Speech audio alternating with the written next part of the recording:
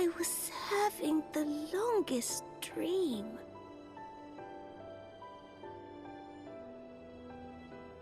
"'Tis time to wake up, Your Grace. Another day begins in Thanalan, and the sun blazes bright upon the sands.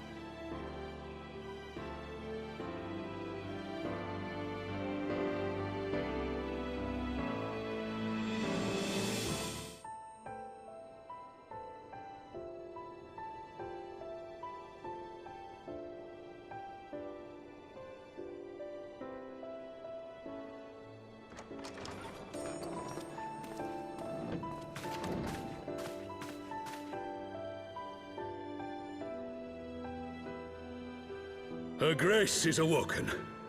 The palace physician assures me she is none the worse for her slumber.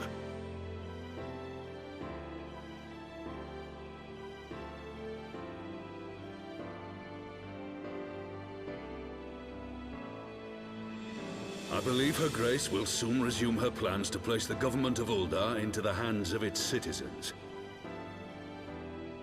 Whatever path she chooses to take, I shall walk it with her. And we shall tread slowly, lest the nation be unsettled in our wake.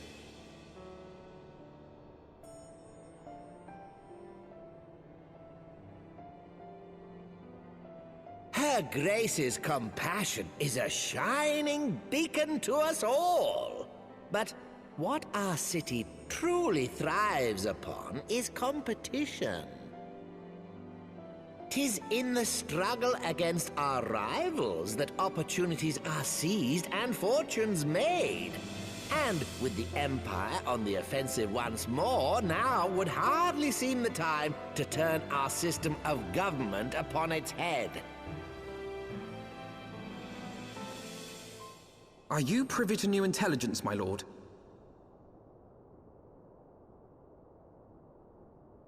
I would hardly call it new. Remind me, what was the name of that enormous Imperial warship which met its end in Mordona? Wait, I have it. The Agrias, yes, well. 'Twould appear that the Garleans have been hard at work on another such vessel. How close are they to completing this ship? Is it operational? Its maiden flight was a success, I hear. I should imagine Emperor Varys is eager to see how it performs in battle. My lords and ladies, I move that it is time to repair the damage caused by Teleji Adeleji and prepare our great nation to repel the Empire once more.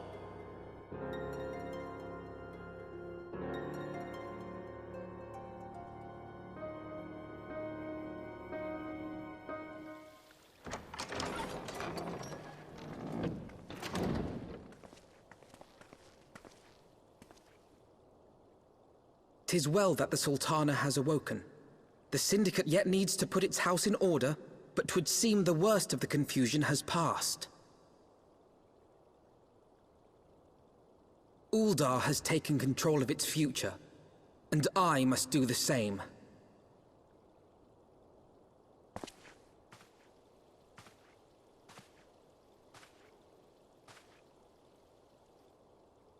I have decided to disband the Crystal Braves. Among the recruits, there were those who supported our Order's goals and convictions with all sincerity. 'Tis my hope that these loyal men and women will choose to remain our allies in the battles to come.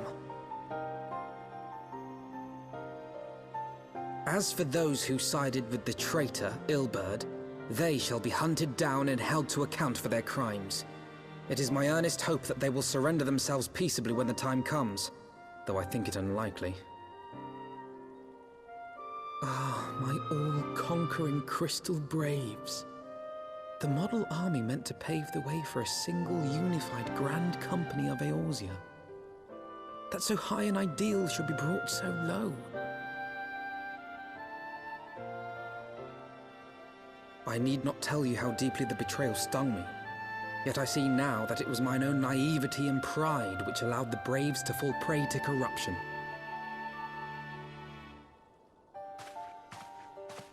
As ever, It is to your own shining example that I turn for inspiration. Like you, I mean to stand firm in the face of hardship and give mine all for the cause. Let us resume the search for our missing comrades, that we might come together to shine the light of dawn across the realm once more.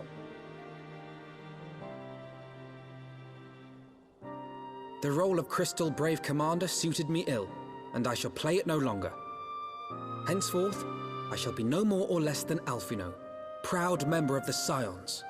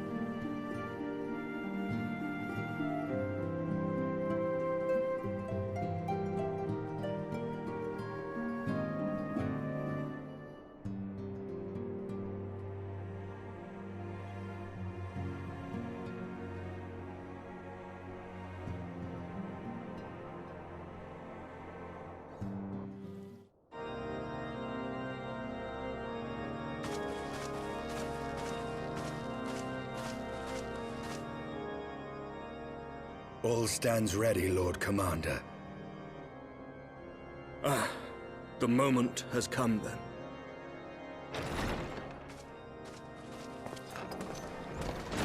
Pray excuse my lateness. I paid a brief visit to the workshop to inquire about the mana cutters. The engineers assure me that they're ready.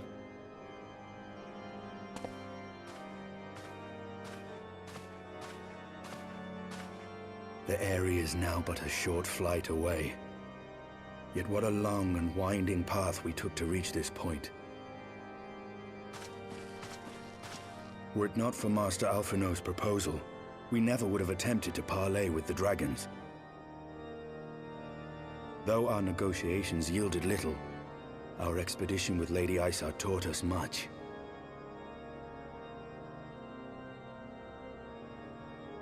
You took an unimaginable risk. I could scarce believe the tale Estinian told. Aye. 'Tis true that many of our countrymen would sooner die than join hands with the heretic's mistress. But 'twas through that most unlikely of alliances that we came to speak with Hraesvelgr. A conversation that went rather poorly, as I recall. In this instance, the journey was more important than the destination. Had we not slain Nidhogg's consort, Tiaman, and put the Great Worm on his guard, the Dravanians would have arrived at Ishgard's walls long ago. Aye, that they would. Full grateful am I for every hour of respite your actions have afforded us. Thanks to you, our defenses are much improved. 'Tis but a pity they won't be enough. Thus you believe an assault upon the area represents the city's best chance of survival. Is that not so, Estinian?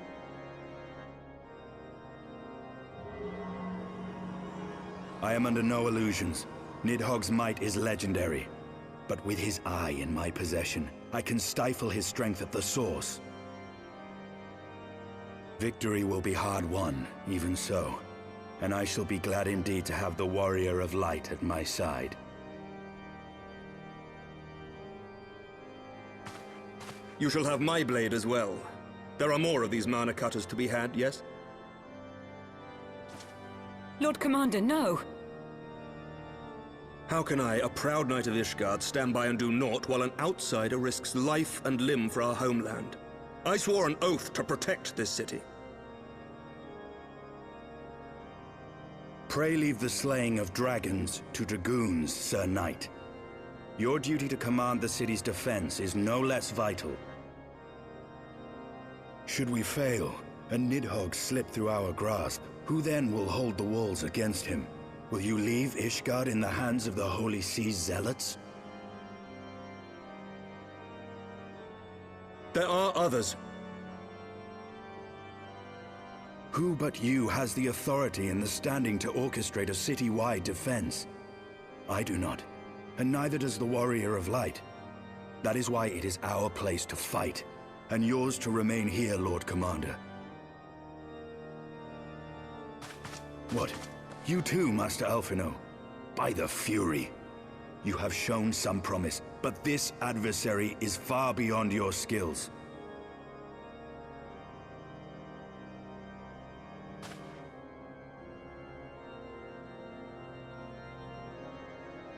Your candor is appreciated, Sir Dragoon. I shall remain then and cheer you from afar. Well, my friend, it would seem I have discouraged the last of the volunteers, and claimed the task as ours alone. But if any alive can best this worm, 'tis surely we too.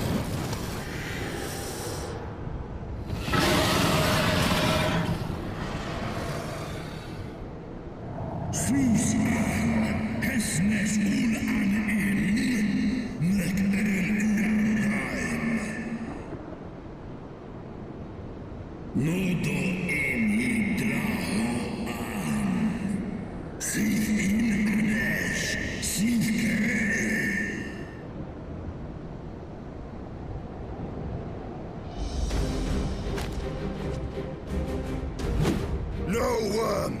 This ends here!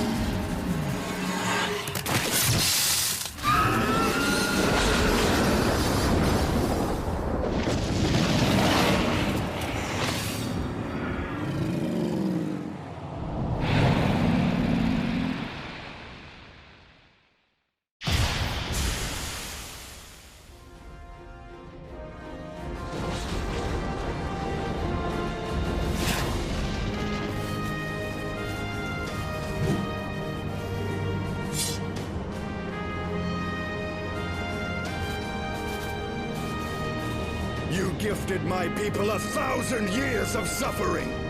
Now I gift you an eternity in darkness.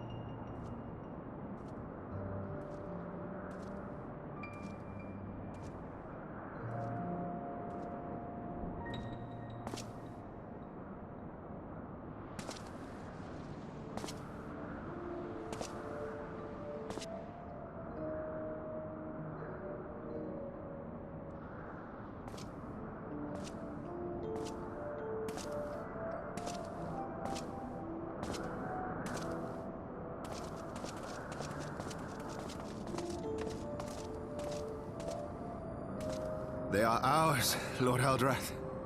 The eyes of Nidhogg.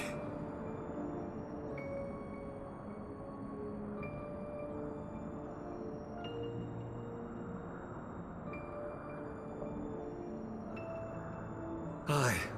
The worm lies broken and my father is avenged. With the wellspring of his vitality thus denied him, Nidhogg shall not linger long in this world. But behold the terrible price we have paid.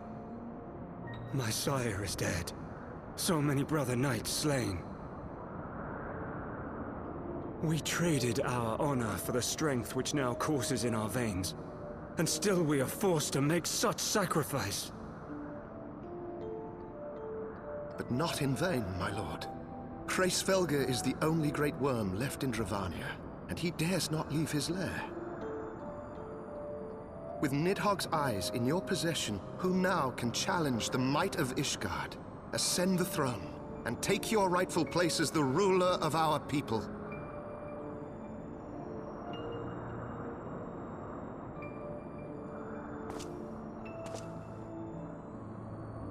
Nay, my friend. I must forsake the mantle of king. Though Nidhogg be defeated, his wormling horde yet darkens the skies with wings beyond counting. As one who partook of Ratatoska's strength, it shall be my penance to bear a knight's arms until death grants me leave to retire. When that day comes, no prince shall perish, but a hell's-bound hunter of dragons. But Lord Haldreth, what then shall become of the royal line? Think of your people, my lord. Without a king, who will the common man turn to in his hour of need? How will he find his way without your benevolent hand to guide him? I thank you, Sir Flavian and Sir Silvertrill, for dispelling my remaining doubts. With men of such wisdom and compassion in service to the realm, 'tis plain that Ishgard has no need of a king. But if you must bow to the demands of tradition, you need look no further than yourselves for one worthy to wear the crown.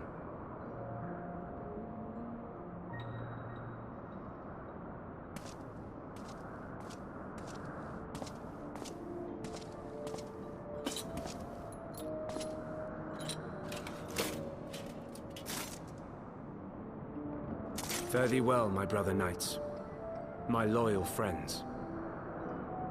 On these shoulders shall I bear the weight of my father's sins.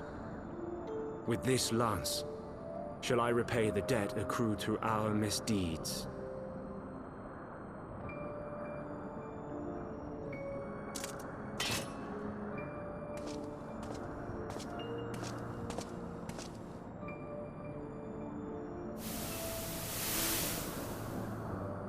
What cruel jest has fate played upon us? Have we seized this desperate victory, only to lose a king? We can but act as our lord has bid. We few who remain must divide between us the rulership of Ishgard and her people.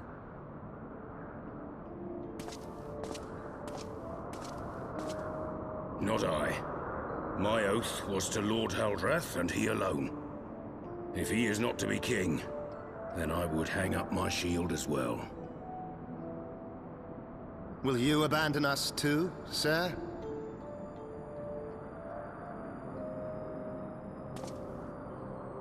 I would wash my hands of blood and betrayal and take up an honest trade.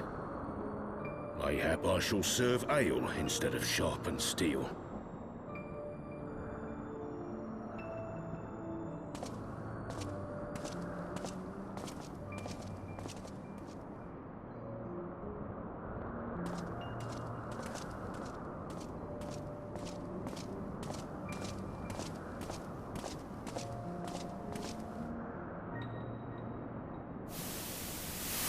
We four, then. Forton, Leonheart, Eorzea, and Zemail. But 4 houses to rule all of Ishgard. And what of the throne? We keep it empty. Until the day a king rises once more. We must assume the role of stewards. We shall shape our nation anew with a history of our own making, and let the truth of this dark day die here, upon the battlefield.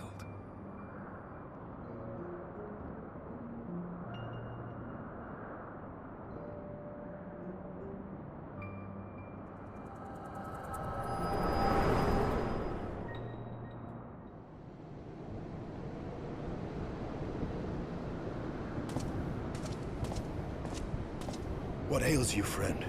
Are you wounded?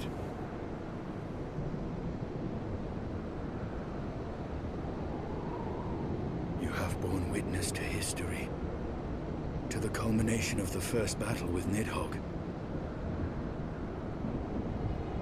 The legend of Ishgard's founding tells that our ancestors were led to the land of Kurthus by the valiant King Thordan. In the midst of their journey, they came to a wide chasm, where they were set upon by a great worm, Nidhogg. A furious battle then ensued, with Thordan leading the van. Though the brave king was slain defending his people, his son, Ul'dah, the first Azure Dragoon, fought on undaunted.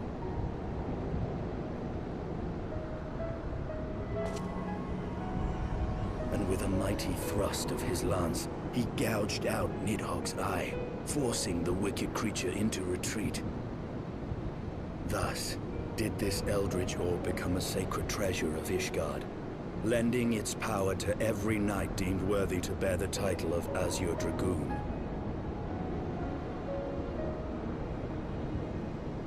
A rousing tale, is it not? Would that I could still believe it. But your vision, which we must accept as immutable truth, leaves no room for doubt, save on one point. If Ul'dah took both of Nidhogg's eyes, then how came this eye to be lodged in the worm's skull?